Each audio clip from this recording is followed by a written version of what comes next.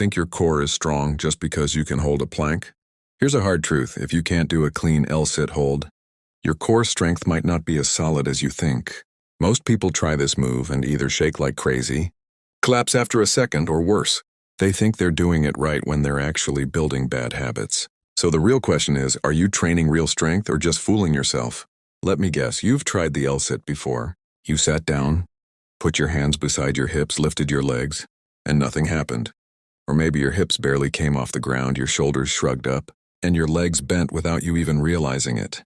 That's exactly where most people go wrong. They treat the L-sit like a simple hold, when in reality, it's a full-body tension exercise. It's not just about lifting your legs, it's about creating a rigid, controlled shape from shoulders to toes. And here's the interesting part. The biggest mistake isn't lack of strength, it's lack of understanding. Before I show you the correct way, let's break down what's actually going wrong. First mistake, people rely too much on their hip flexors. They try to yank their legs up using momentum instead of building tension through the core. That's why their legs start shaking or dropping. Second mistake, collapsed shoulders. If your shoulders are sinking down toward your ears, you've already lost the structure. Think about it like a building. If the foundation is weak, the whole thing crumbles. Third mistake, bent knees and rounded back. It might feel easier, but it completely removes the real challenge of the movement. Now here's where it gets interesting. The L-sit isn't about lifting your body. It's about pressing yourself away from the ground. That one idea changes everything. But don't rush. We're going to build this step by step so it actually sticks. Start with your hand placement. Place your palms firmly on the ground right beside your hips, fingers pointing forward or slightly outward, whatever feels strongest. Now, instead of thinking about lifting your legs, think about pushing the ground away from you. Imagine you're trying to create space between your shoulders and the floor. Feel that? That's your first light bulb moment. Most people never activate this. Next comes your shoulders. Lock them down and slightly forward, not shrugged, not collapsed. You should feel your triceps and shoulders working immediately. It's almost like you're doing a mini dip hold. If your shoulders aren't working, you're not doing an L-sit, you're just sitting and hoping. Now let's talk about your core. This is where most people completely misunderstand the exercise.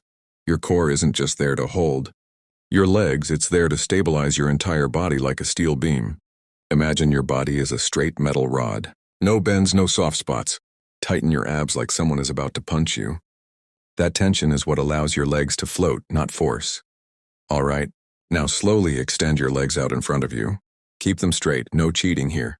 Point your toes. Why? Because pointed toes activate your entire leg chain. It might seem small, but it connects everything together. Another light bulb moment, details matter more than effort. Now lift. But remember, don't yank your legs up. Press through your hands, lock your core, and let your legs rise as a result of that tension.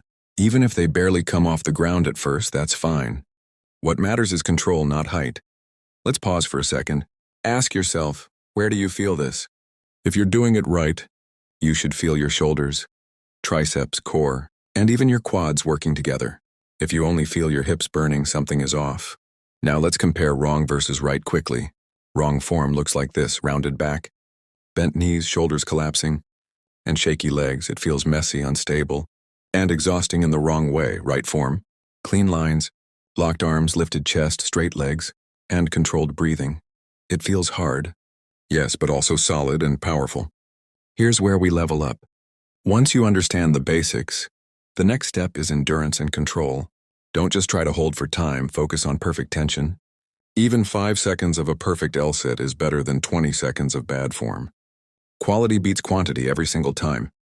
And if you're struggling, and most people do, regress smartly. Bend your knees slightly or keep one foot on the ground. There's no shame in building strength step by step. In fact, that's how real strength is built. Rushing only creates frustration. Now let's talk about breathing. A lot of people hold their breath without realizing it. That creates unnecessary tension and makes the hold feel harder. Instead, take small controlled breaths while keeping your core tight. It's like maintaining pressure in a system. You don't release it. You manage it. Think of the L-sit like balancing a heavy object on a thin surface. Every small adjustment matters.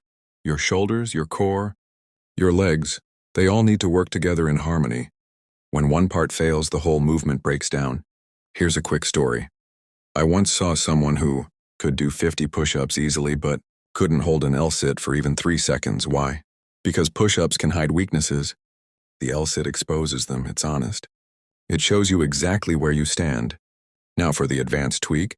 Once you can hold a clean L-sit, start thinking about compression. Try to lift your legs even higher while maintaining form.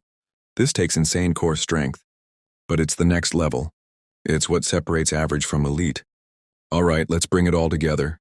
Hands beside hips, press the ground away. Shoulders locked and active. Core tight like steel. Legs straight and toes pointed. Lift with control, not momentum. Hold with intention, not desperation. Now here's your challenge after this video. Get on the floor and try to hold a perfect L-sit for 10 seconds. Not messy, not rushed. Perfect form. Even if you only get 3 seconds, that's your starting point. Build from there. Remember, strength isn't about doing more, it's about doing better. Every second you spend practicing the right way is an investment in real progress. Keep showing up, keep refining, and soon enough, what once felt impossible will feel controlled and strong. And the next time you think your core is strong, don't ask how many crunches you can do. Ask yourself, can you hold a clean L-sit?